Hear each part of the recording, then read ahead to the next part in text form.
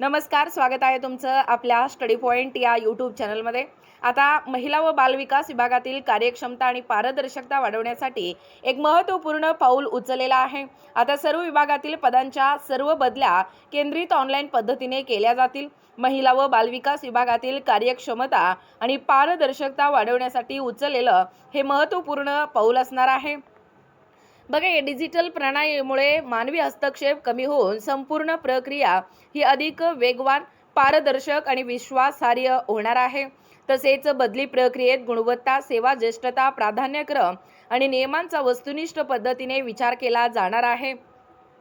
राज्य शासन विविध विभागांमध्ये ई गव्हर्नन्स प्रणालीचा वापर वाढवत असून महिला व बालविकास विभागातही डिजिटल प्रशासनाला प्राधान्य दिले जात आहे. मंत्री महिला व बालविकास महाराष्ट्र राज्य आदिती वरदा सुनील तटकरे यांच्याकडून देण्यात आलेली ही महत्त्वपूर्ण अशी अपडेट आहे.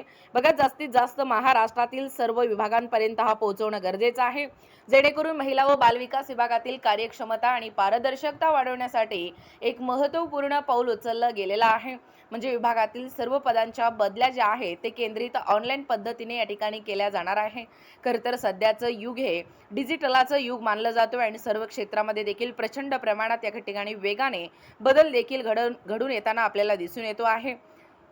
या बदलत्या वेगानुसार, या बदलत्या प्रणालीनुसार देखील आपल्या सर्वच विभागामध्ये वेगवेगळ्या पद्धतीचे बदल होताना आपल्याला दिसून येतो आहे.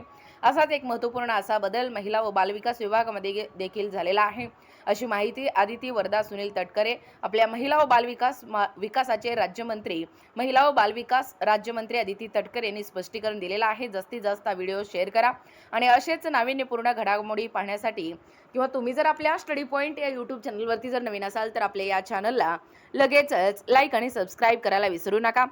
भेटूया अशाच पुढच्या नवीन व्हिडिओमध्ये. तोपर्यंत धन्यवाद.